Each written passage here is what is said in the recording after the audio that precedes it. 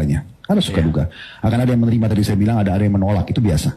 Kita mendoakan bagi teman-teman kita yang belum bisa menerima, maka agar Allah SWT berikan hidayah. Tapi ini bukan berarti harus menghentikan dakwah, gitu kan? Mungkin karena mereka belum mengetahui, gitu kan? Alhamdulillah, selama ini semua teman-teman dakwah sunnah, dakwah salaf ini, kalaupun ceramah jelas, pakai mikrofon, pengeras suara di media, tidak ada yang disembunyikan. Ya.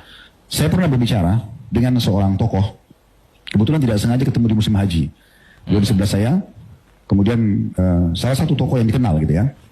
Kemudian beliau mengatakan setelah salaman nama saya, habis sholat subuh, dia bilang, kenapa Ustadz Khalid, teman-teman salafi atau teman-teman sunnah ini suka sekali menyalah-nyalahkan ibadah kami. Dan seterusnya, dia sebutkanlah beberapa syubhat-syubhat yang disampaikan, tapi intinya merasa terganggu dengan dakwah ini. Setelah selesai belum menyampaikan semua, terus saya mengatakan, antum sudah selesai? Dia bilang iya. Terus saya bilang, antum izinkan saya untuk menjawab ini? Dia bilang ya, silakan. Saya bilang yang pertama, bisa antum cari siapapun di antara ustadz yang dikatakan salafi atau sunnah, ya, yang biasa mengatakan atau dikatakan dakwah salaf itu, yang coba membawa masa memberhentikan amalia antum. Coba datangkan satu contoh saja. Kami juga punya masa di pengajian, datang ribuan orang dengar. Tapi belum pernah kami datangkan masa untuk memberhentikan amalia yang antum lakukan di masjid antum, di pesantren antum, di rumah antum, tidak pernah. Yang terjadi adalah di majelis kami, kalau ditanya apa hukumnya maulid, apa hukumnya tahlilan, apa hukumnya begini dan begitu, kami jelaskan sesuai apa yang kami ketahui. Karena ditanya, tidak ada tablik akbar khusus bahas masalah ini, tetapi hanya ditanya, kami jelaskan sesuai yang kami fahami. Kalau antum merasa itu benar, antum jalankan, silahkan. Masing-masing bertanggung jawab di hadapan Allah SWT. Tapi jangan antum paksa kami untuk melakukan.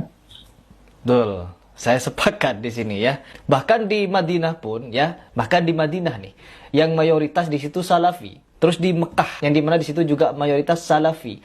Ada orang Syiah. Di Mekah dan Madinah ada orang Syiah, teman-teman. Kalau kita mau menyatakan salafi itu radikal, kalau salafi itu berkuasa, nanti orang-orang minoritas akan dibantai. Orang NU haji ke Mekah, Madinah, pulang dengan selamat. Beda dengan Syiah. Kalau Syiah sudah berkuasa, pasti membunuh.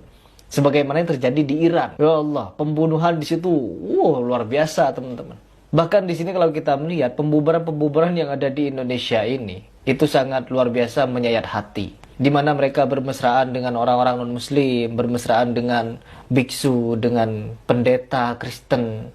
Bahkan mereka ada yang bermesraan dengan orang-orang Syiah. Allah. Bahkan mengagumi ibadah taqiyah.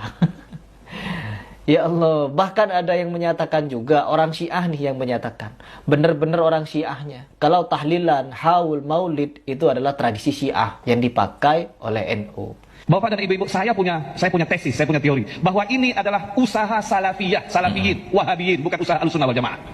Salafiyin yang ingin memecah belah antara NU dengan Syiah.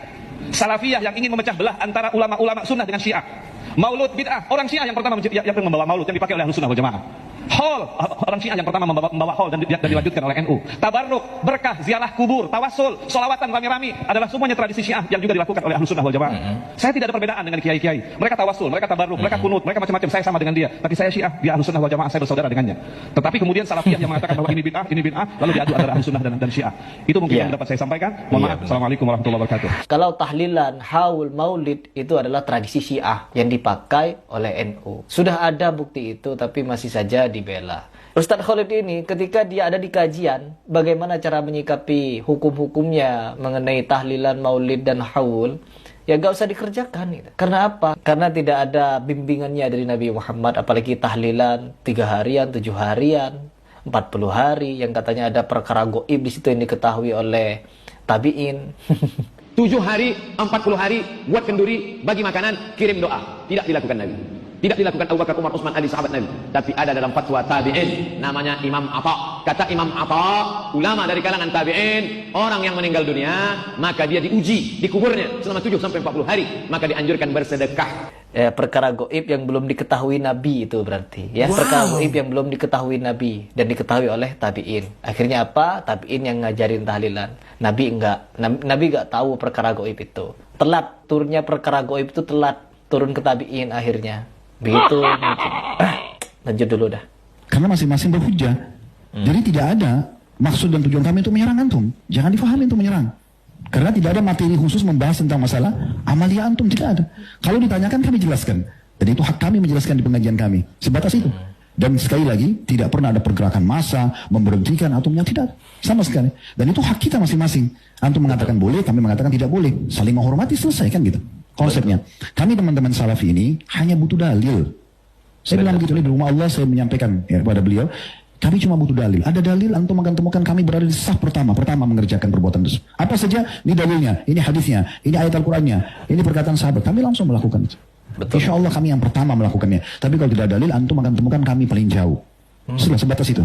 Terus dia balik tanya kepada saya, oh berarti teman-teman salafi cuma butuh dalil. Saya bilang, iya. Hanya itu saja. Oh kalau begitu nanti saya akan sebarkan. Fadhal, silahkan. Tidak ada yang tertutup kok. Kan gitu. Jadi sebenarnya tidak perlu ada pemberhentian, merasa terganggu. Karena orang masing-masing menyampaikan pendapatnya. Ya, ini saya bicara secara global. Alhamdulillah pengajian kita berjalan di masjid-masjid ini sudah tahunan, bukan 1-2 kali.